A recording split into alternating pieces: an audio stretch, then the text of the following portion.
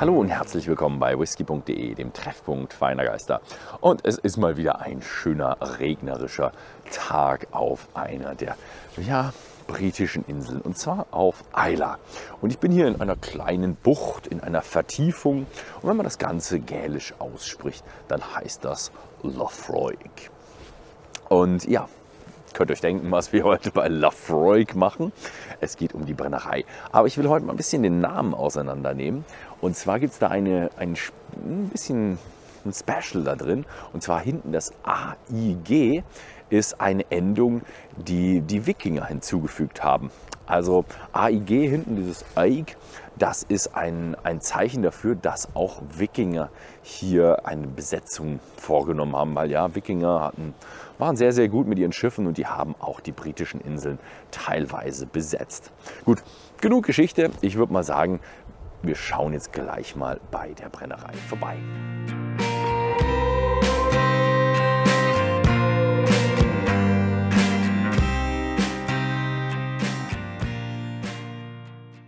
Die Geschichte von Laphroaig fängt 1815 an und das ist so, ja, semi-legal. Ich weiß nicht, ob sie da ein Recht hatten vom damaligen Lord hier zu brennen. 1826 wurde sie offiziell registriert, war dann alles von der Regierung abgesegnet und dann war das Business alles legal.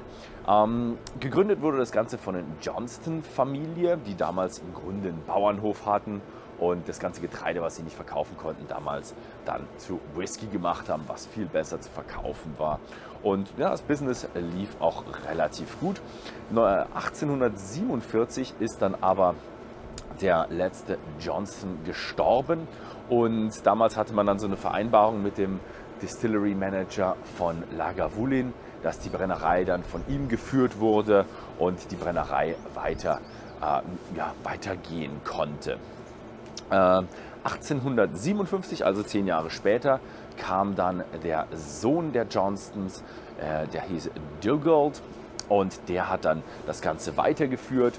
Und das ging dann so weiter. Dann hatten sie noch einige weibliche Manager zwischendrin. Die Johnston-Familie war immer noch sehr, sehr stark involviert. Aber ganz wichtig ist dann jemand eingeheiratet und das war Ian Hunter. Also der war verheiratet mit einer Johnston, ist aber dann alleiniger Besitzer der Brennerei geworden. Und der hat die Brennerei richtig vorwärts gebracht. Und zwar hat der die Brennerei international gemacht. Vorher ist der Laphroaig Whisky nur in UK und England, Schottland rausgekommen. Später ist es dann eben durch Ian Hunter nach Amerika verschifft worden. Was extrem schwierig war, weil das 1908, als er drangekommen ist, ist dann gleich die Prohibition gekommen. Aber er war so ein geschickter Mann, der hat das auch so hingekriegt und das war dann so, gibt eine ganze Menge Storys darüber, dass das dann Laphroaig Medizin und dann hat er noch ein bisschen mit den Bundesbeamten da rumgeschachert und ein bisschen getrunken und dann haben die ihn durchgelassen und er musste andere Labels holen und so. Also es gibt eine ganze Menge Geschichten darüber, wie das passiert ist. Auf jeden Fall, er hat den 10-jährigen Laphroaig erschaffen und international gemacht. Musste aber auch deswegen 2 neue Stills anschaffen, also die Brennerei hatte dann 4 Stills statt 2 Stills und ja, da ist es dann so richtig abgegangen. Ja, jetzt spulen wir noch mal eine ganze Menge nach vorne und dann wurde die Brennerei irgendwann an Allied Distillers verkauft, also das ist dann irgendwann in einem Konsortium aufgegangen und 1994 hat die Brennerei von nicht King Charles, damals war er noch Prince Charles, ein königliches Siegel bekommen vom Prince of Wales.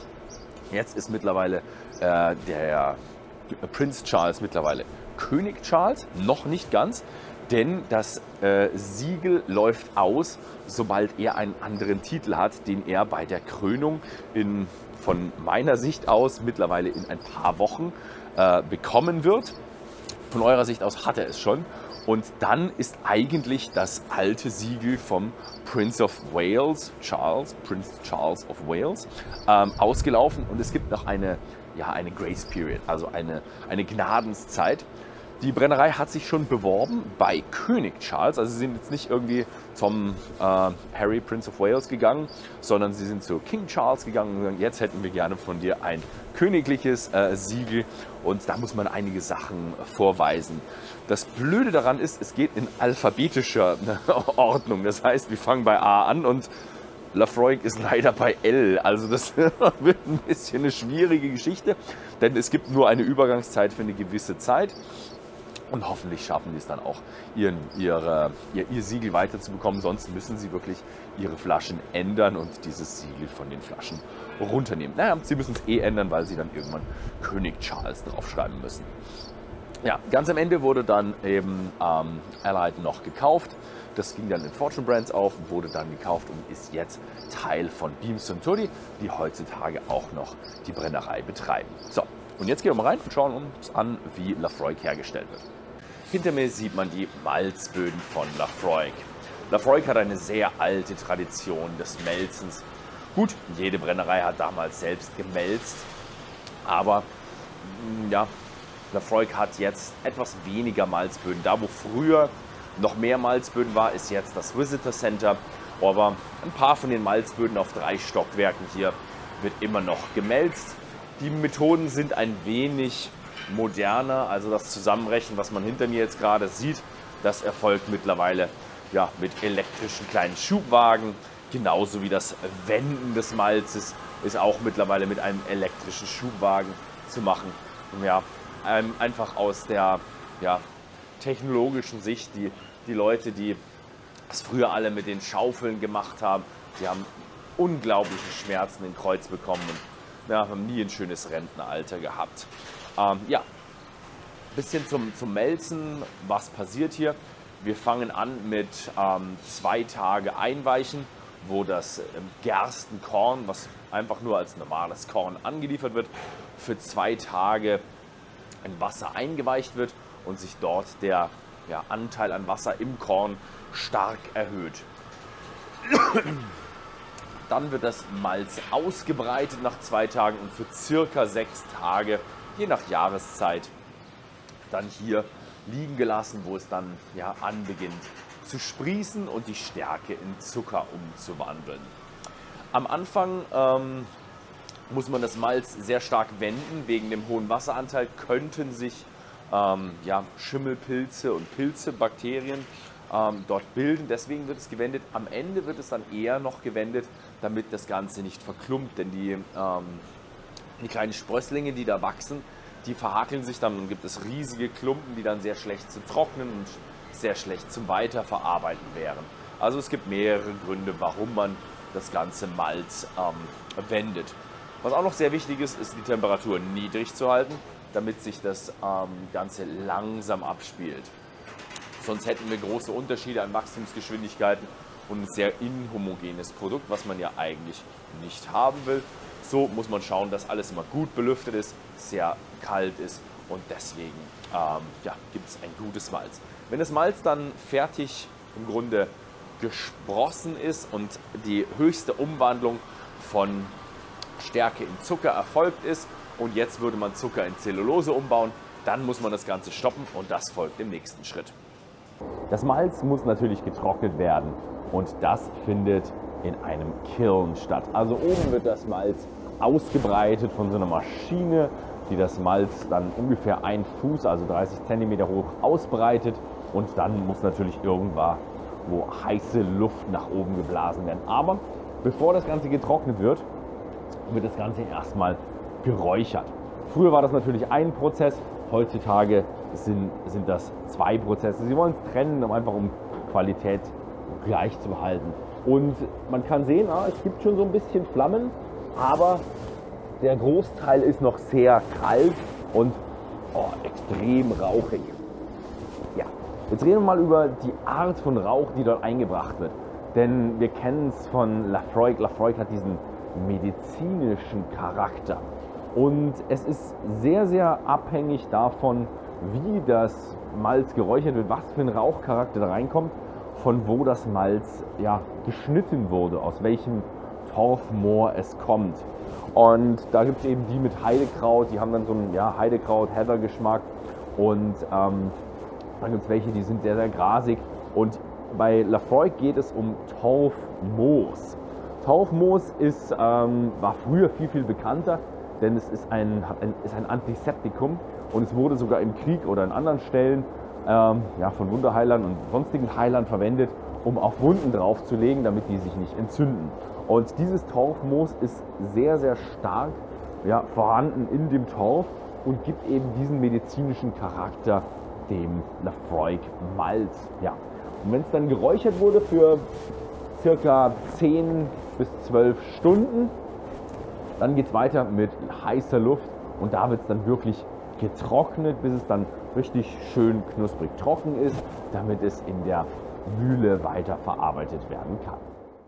Jetzt, da wir unser Malz getrocknet haben, muss es noch grob geschrotet werden. Wenn man es mahlen würde wie ein Mehl, dann würde man hier einen Kuchen bekommen und der Kuchen würde sich zu einem guten Teig, guten Klumpen zusammenfassen und dann wäre die Mash dann bereit für eine sehr, sehr schwierige Reinigung.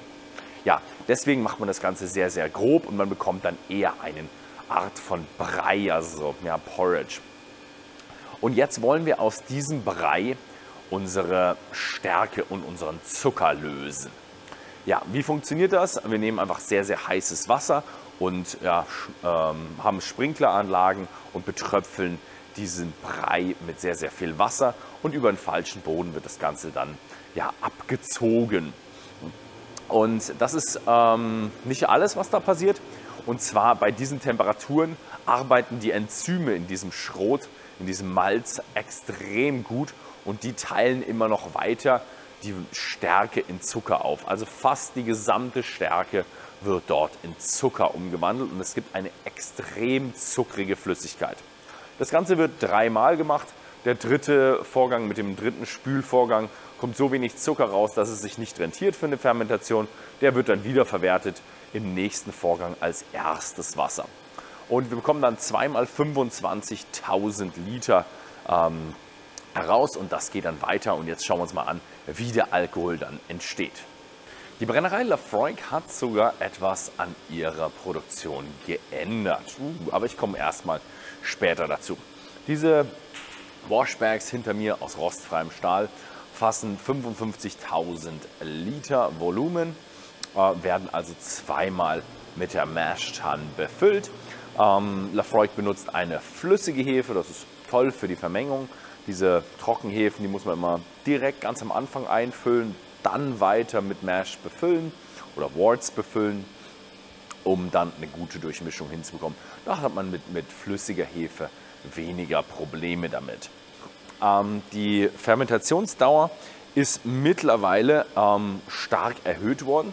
Sie umfasst jetzt 72 Stunden und dadurch mussten sie natürlich irgendwas machen, um das Ganze zu kompensieren und haben 2 weitere Washbags außerhalb der Brennerei aufgebaut. Die sind natürlich ein bisschen schwieriger, weil man da mit den Temperaturen mehr arbeiten muss, um die gleichen Resultate zu bekommen.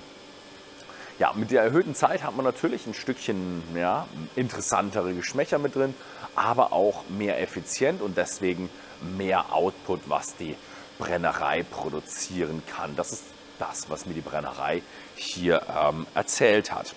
Also 8 Washbags mit 55.000 Litern Fassungsvolumen, das ist eine ganze Menge. Da kann ganz schön was produziert werden. Und jetzt schauen wir uns mal an, mit wie viel Stills man das hier alles destillieren muss. Ich bin mal wieder im Brennhaus und das Brennhaus von Laphroaig ist sehr, sehr interessant und auch sehr, sehr szenisch, wenn ihr anschaut. Alle Brennblasen hier in der Reihe. Aber wenn ihr durchzählt, seht ihr 7 Brennblasen. Ein bisschen komisch. Da kommen wir aber noch dazu. Washstill, sehr schön gerade, 10.400 Litern. Das ist schon eine ganze Menge.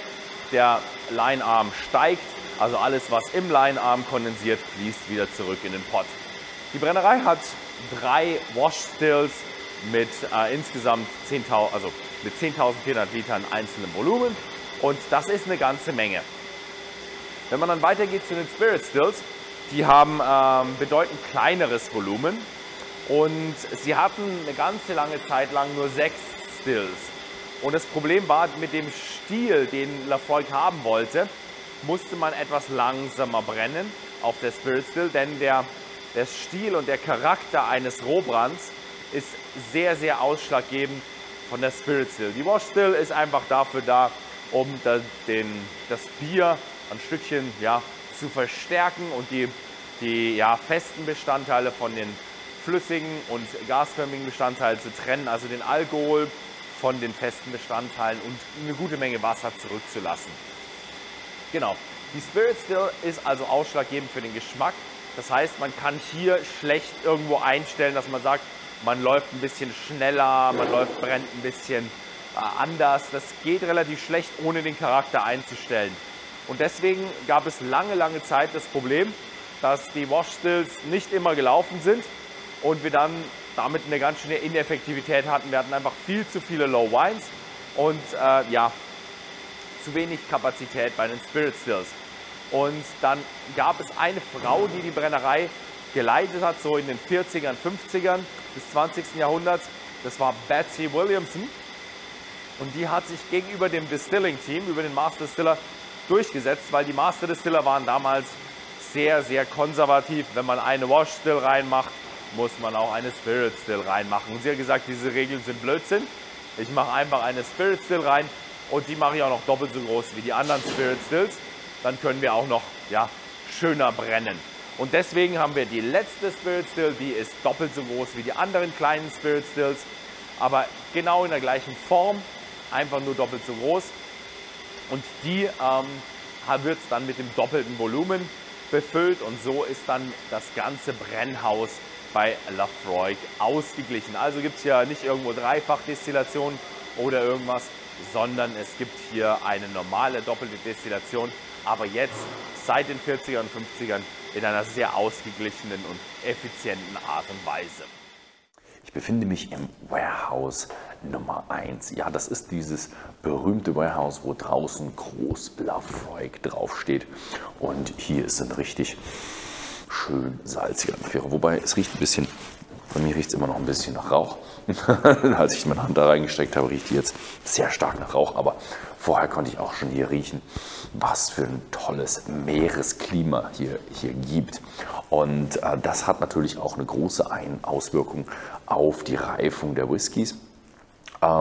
Es hat nicht nur eine Auswirkung auf den Geschmack, was natürlich definitiv auch der Fall ist, aber man kann hier zum Beispiel schon sehen, dass die Unterschiede beim Angels Share definitiv vorhanden sind. In anderen Teilen von Schottland ist es wirklich ziemlich genau 2,0% Angels Share und hier mit diesem sehr, sehr seeige Klima, mit der hohen Luftfeuchtigkeit kommt man runter auf ca. 1,8% Angels Share pro Jahr.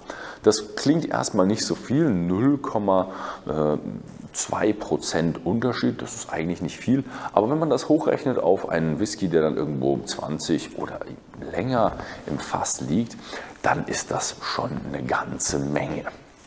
Also wir haben auf dem Campus von Laphroaig 2 Dunnage Warehouses. Das hier ist sehr berühmte Warehouse Number 1, wo man auch sehr schön Tastings machen kann auf der Tour.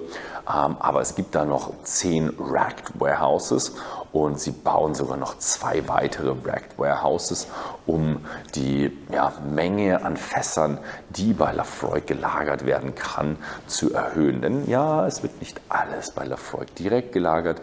Das ist eine große Firma und die müssen schauen, dass sie verschiedene Fässer woanders hinlagern, einfach um die Sicherheit, falls irgendwo hier auf diesem Firma etwas passieren würde, damit die Marke Laphroaig auch noch weiterlebt. Aber sie erweitern jetzt um 2 große Racked Warehouses, damit mehr von dem Whisky von Laphroaig hier lagern kann. Schöne Geschichte und ja, das war jetzt erstmal hier die Produktion und jetzt geht es weiter noch mit einem kleinen Tasting. So, das war's mit der Tour und jetzt gibt es noch ein kleines Interview. So this was it with the production and now we're having a little interview with Pamela Ferguson. You're the assistant distillery manager.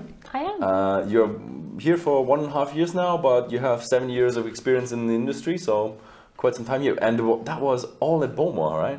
Yes, the rest of it was at Beaumont Distillery. Oh, nice. So thank you very much for having us at the distillery. Thank you for being here. It's lovely to have you. Yeah, so you're a true Islander then? I am. I'm an Eloch. What was an Islay? An Islay. So that means just someone who was born and raised on Islay. Okay, someone told me that nobody is born on Islay. Is that? Do you have a hospital here or something? We do, and actually now you mention it, most people are born off of the island in bigger hospitals, but some babies that appear unexpectedly are born on Islay, or maybe on the plane off of Islay. On the plane, oh. Okay, so what are we having today? We're trying core range. We are, so we're going to taste 4 different whiskies today, and we're going to start off with our benchmark 10-year-old, then we're going to have our 10-year-old sherry oak, then we're moving on to quarter cask, and finally the lower. Nice. Okay, let's start then. Fantastic. I think I had Crack open a bottle. Is there any better sound? Oh yeah, I love the sound of the cork unscrewing. Oh, you can't beat it.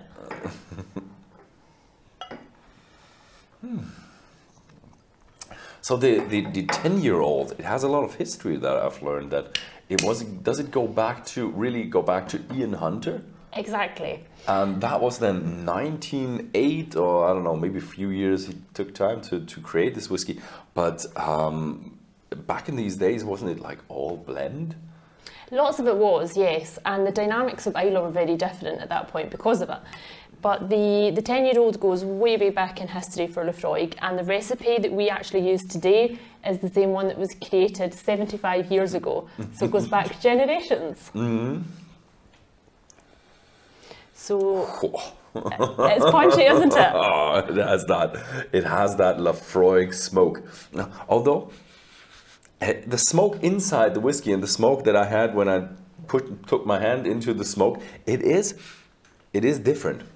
It is different. I think the exciting thing about tasting the whiskey on the site is that once you've been round on a tour and you've been to the kiln fires and you've been to the mash house, when you then smell the whiskey, you can smell all these aspects coming through in your whiskey. Yeah, sure. But the kiln fire, I think there's still more to it. When you have it on the malt, it's still different to when you have it as a fire right in front of you. Yes. But it's still, the Laphroaig smell is very, very distinct.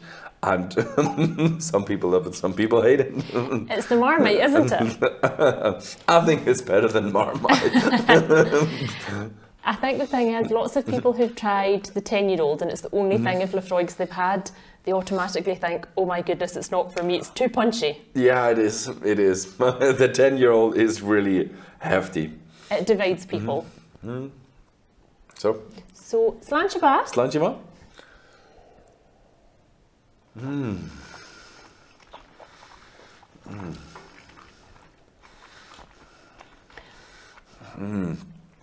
It's a little bit chewy, isn't it? It does have that phenolic touch to it, smoky touch to it. And I can really feel myself when I heard the story about Ian going to the States and saying, no, this is no alcohol, this is medicine. You can absolutely taste why. Yes, so this is our benchmark Laphroaig dram, and it's quite obvious having a wee dram of this why we get a name for being so bold and flavoured. Yes. Because we've got lots of these smoky flavours coming through, it's very maritime-y, bit of iodine coming through there, so big flavours. I love it how the smokiness is so different. When you have different Islay whiskies, there is still a lot of difference between the smoke, and you are by far the one with the most iodine phenolic touch to it, I would say. There are others who might be smoky but more of a bonfire to it. I think that's one of the most exciting things about whiskey, isn't it? Because we're all doing the same thing in a nutshell, but all the whiskies are so different and have such an individuality about them. Usually when you have a beginner, people tend to like, oh, too many ABVs, oh, alcohol. Yes. And then this here is like, yeah, the alcohol is not the hardest one in there. No. So this is actually the only whiskey of today that we're going to try that sits at 40%. Okay. Yeah, but when you try to feel out the alcohol, it's actually pretty round. Yes, very much so. I think it's very well balanced from that 40% alcohol, and then you get much more of the kind of smoky and iodine and maritime flavours coming through. Oh, but it's just a smoke train going on there. So what I really love is that you have the royal warrant. Yes. And I think we, from the point of filming right now, I think the coronation is like in a week, or is it something like that? Yeah, that's right. So you have the royal warrant from Prince Charles of Wales, or is it Prince of Wales Charles? Or I don't know. The Prince of Wales. Yeah. The Prince of Wales. So But he's no longer going to be the Prince of Wales. that's right. So what are you going to do about it? So this has been a question on lots of people's lips at the moment, and we don't know the definite answer. We think what will happen is that the royal warrant will move with Prince Charles into King Charles, but we're actually due to renew our royal warrant this year anyway, so we'll go through the normal application process, and at that point we should find out how it's going to be. Okay, interesting. So, but does is the warrant different? As in shape and everything from the king to the Prince of Wales? I'm not even sure myself, to be honest. It's an excitement for me to find out.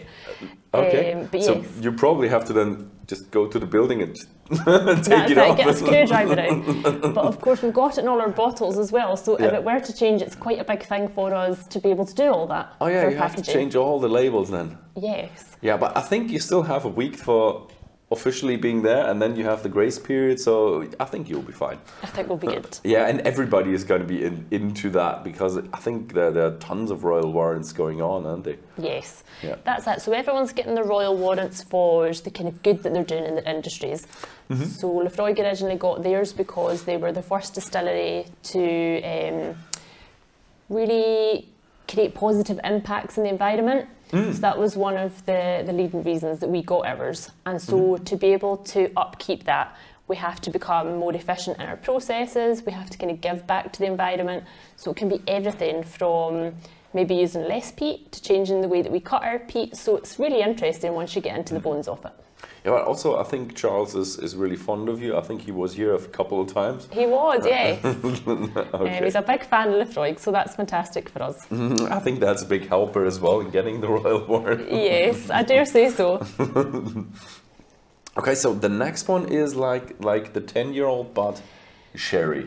Exactly. So it's quite nice to do this comparison side by side. So what we've got here is 10-year-old, and some of these casks have been matured in exactly the same way in ex-bourbon barrels, like the normal core range 10-year-old.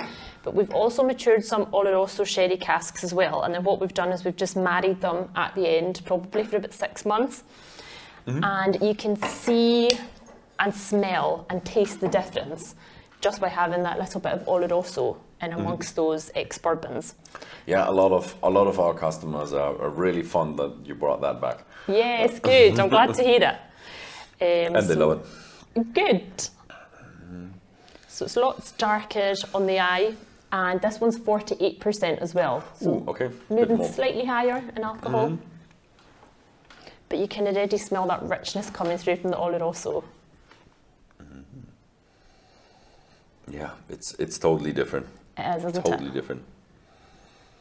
It's But got you still have that distinctive Islay Laphroaig very smokiness going on, definitely. But it's nice how it plays into that Oloroso going. And the Oloroso, I feel at times, is a little bit like a hug for that smokiness. It really works takes well a bit with of it.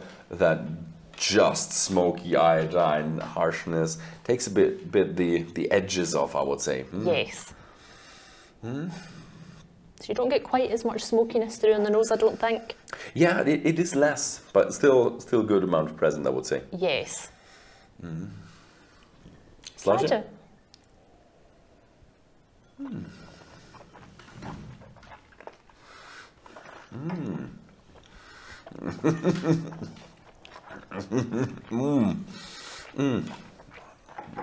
I know why people love that, because if you'd have to have one word to describe it, it's intensity.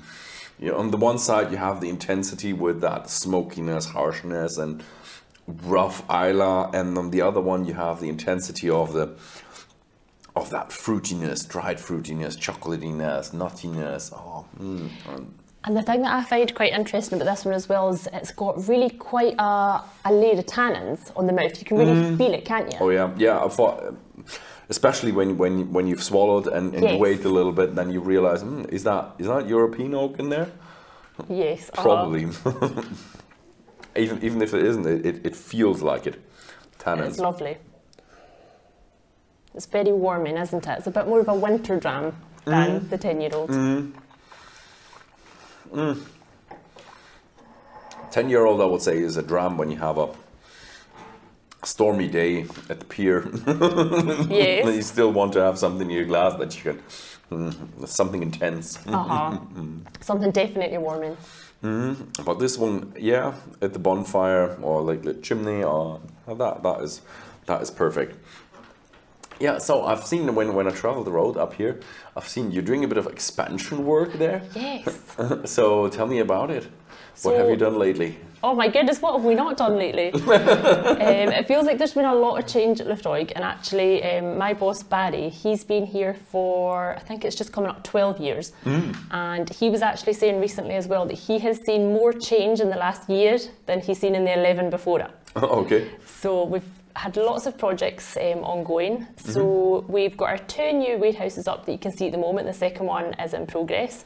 So when that second lot is finished, that will increase our barrel capacity on Islay by about 50,000 barrels. 50,000. Okay. An extra 50,000 we can store on site. And then the plan is to potentially put up another 3 as well. So if that goes ahead, that ultimately means that we'll be able to store 50% of all Laphroaig at site. Nice. So that is phenomenal. What it also means is that we've managed to increase our warehouse team by another 4 heads. So the team has moved from a team of 4 to a team of 8. Okay, so, more warehouse means more work. Exactly. So that's really exciting locally, that more people can come in and work in the distilleries, and we've got a really good team here. So we've had that going on. Then we've just added a new 2 new washbacks actually to our site. Oh yeah. So that won't actually increase our capacity. What it means is that we're moving from a 55-hour fermentation up to 72. So it'll just bring slight character differences, which means it will be slightly more fruity than maybe previously. So that's a project that we've been working on with Suntory in the last couple of years. Okay, and also you had something with the malting? Of course, the maltings as well, how can I forget? So we've had a bit of a peated malt shortage in the industry, UK-wide in the last year. So we've kind of embarked on this project with our team and with our kind of senior managers, and we've managed to create 25% more malt this year so far, but by the end of 2023 we want to be creating 50% more malt. So how do you do that? I mean, you don't have more buildings? How do you do that? I know, it seems a bit crazy, doesn't it? So no, what we're really doing is we're just optimising our processes. So we've got a technical manager that we work with now, so he's done lots of data collecting with us, so we know the best time to have our barley down in the floor. Then we know the ultimate kind of set point that we want our kiln to be at, and it just means that we've managed to create a lot more time available in our kiln. So we've also taken on 2 additional heads in our malt barns team, so that's moved from a team of 4 to 6. And they're now working weekend shifts as well, so it just means that we've always got somebody there and we're turning things over nice and promptly to create that extra time. Is the kiln really the bottleneck? I've always thought the floors are the bottleneck. No, so the floors add a little bit of a bottleneck, but the kiln more so. Oh really? Okay. Yes. Do you work with both kilns then? Yes. Oh, okay. So both kilns are optimised nearly as often as we could be using them. Okay. So by the time we've gone up another 25%, we'll be working very lean in our malt barns. Okay, but it sounds crazy that you have the drying capacity is the bottleneck. I always thought like 6 days of lying around and that deep is just the bottleneck. End of story. Yeah.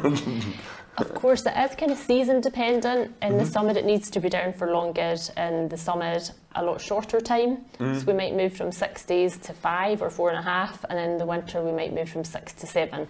So it will still be seasonal dependent, but yes, that's what we want to be doing. But if you go more to capacity, it's also nice for tourists because then they come here and chimney is smoking. That's it. It's so lovely, isn't it?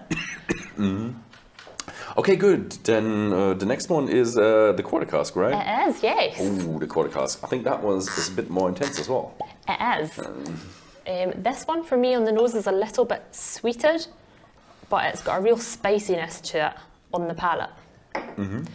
So what we've done with our quarter cask is we've matured it again in ex-bourbon barrels, and then probably for about 6 months to a year at the end of the maturation, we'll pop it into those quarter casks. So it's a lot more wood contact in those small casks. Oh yeah, you do feel like that. I would say that's a typical bourbon barrel. But Lots of vanilla coming through it, lots of sweetness. Yeah, quarter cask. Yes. Typical quarter cask. Yeah, there's a lot going on with the. You have added, it feels a little bit more sweetness going on in there. Definitely. With these, vanilla caramel, vanilla is just very associated to sweetness. Quite often when I smell the quarter cask, my mind goes straight to creme brulee. It's that kind of creamy sweetness. And this one's also 48%.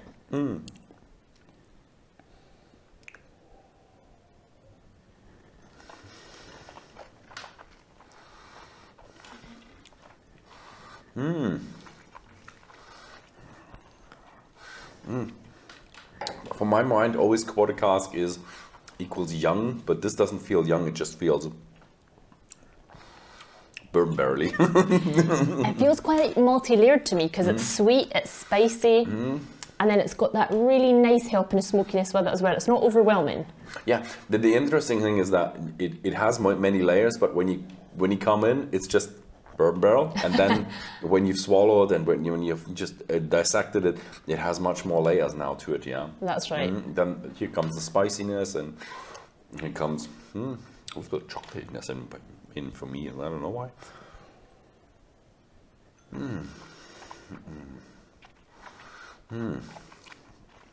Yeah, 48% also transport a lot.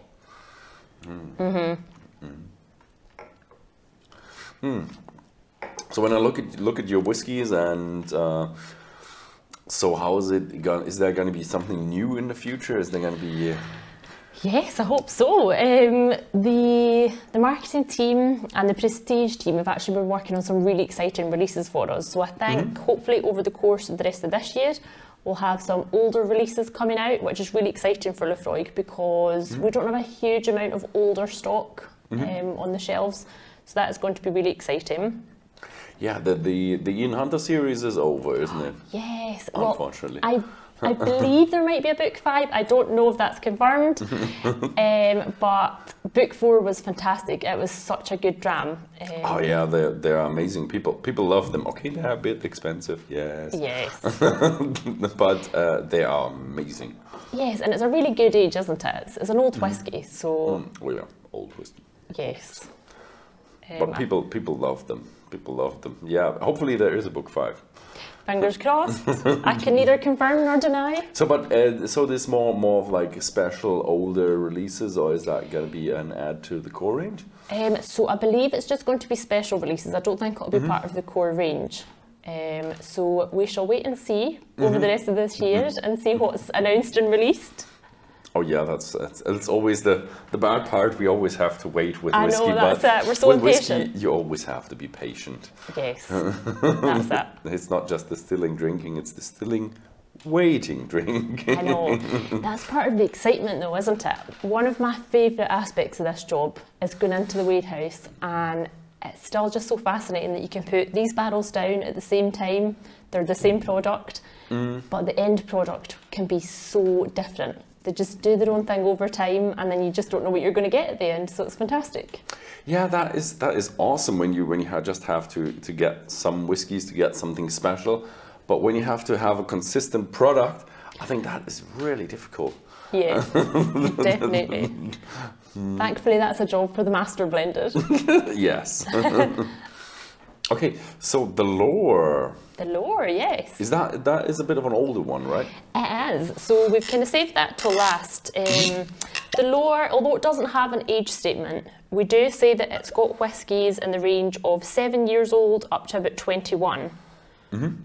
We also have 5 different cask types in here. Ooh. So for me, it's a bit of the best of everything that Laphroaig has to offer. So different types of bourbon barrels in here, so maybe first and second fills. Then we've got some Olorosos in there. So yeah, 5 different cask types. Is it also 48? It's 48 as well, yeah. Oh yeah. I think all of them except the 10. And this one, you can smell instantly it's quite different, can't you? Oh yeah, you feel that it's a bit older. It smells lighted on the nose, doesn't it? Not quite as harsh. Yeah, with Laphroaig, it's really that that the age of the whiskies and the maturity of the whiskies really changed the whiskey a lot. Yes. If you have a 10 or a select, I'm not quite sure if it's still there, but these were the ones that I had that were like, okay, they're really harsh. And when I was beginning with whiskey, they were just too harsh for me. But when you come to the older ones, they are so different. So your distillery character is so far away from what you have with a mature whiskey that is, so it's just black and white for old and younger ones. It's quite interesting, isn't it? When I started here, Barry said to me that he felt the best way to sum up Laphroaig was that it was a little bit like a teenager. So when it's young, it's got lots of attitude and it's quite bold. And then as it starts to mature, it becomes really subtle and lots going on. Very complex. So it really changes. This here is a bit of both worlds, I would say. Oh, definitely. It's still got that Laphroaig character, but it's just a bit more subtle, isn't it? You do have the subtleness in there that I know from the older expressions, but it still has a bit of kick to it. Yes.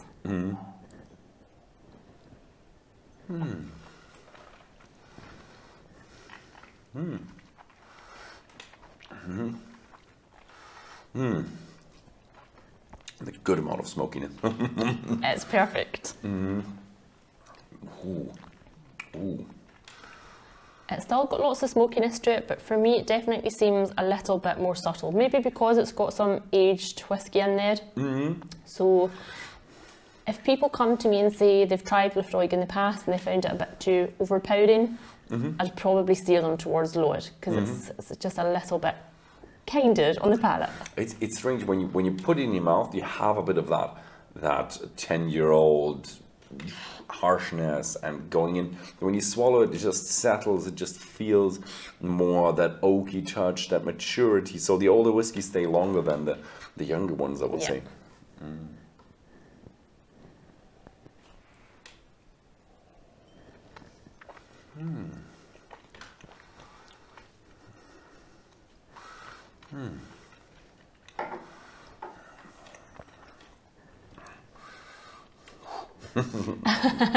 It has quite a kick to it. It does, doesn't it? It's still got that kick. It's still got that kick, but a warm, glowy feeling in your mouth. But still, now I do have a lot of smoke now. Yes. It's just Laphroaig smoke. Yes, you'll just be breathing Laphroaig for the rest of the day now. Oh yeah, probably. But that's a good thing. Absolutely. I would say it's a good thing. Yeah, it's a wonderful place you have there. It's a wonderful view out there, and it's wonderful weather today, except for noon, a little bit of rain there. Yes, I know, you were lucky. The sun's come out for you. Yeah, it's nice. So yeah, thank you very much for having us at the distillery. It was a lovely place, and hopefully I could show the world how Laphroaig whiskey is made. That would be lovely, and thank you for coming. Yeah, so yeah, thank you very much for watching as well. And yeah, if you feel that this video was interesting and you might have friends who also be interested in this video, then please feel free to share this video with your friends. And if you happen to live in the Netherlands, you can actually buy these whiskey at whisky.com in our shop. Thank you very much for watching, and see you next time.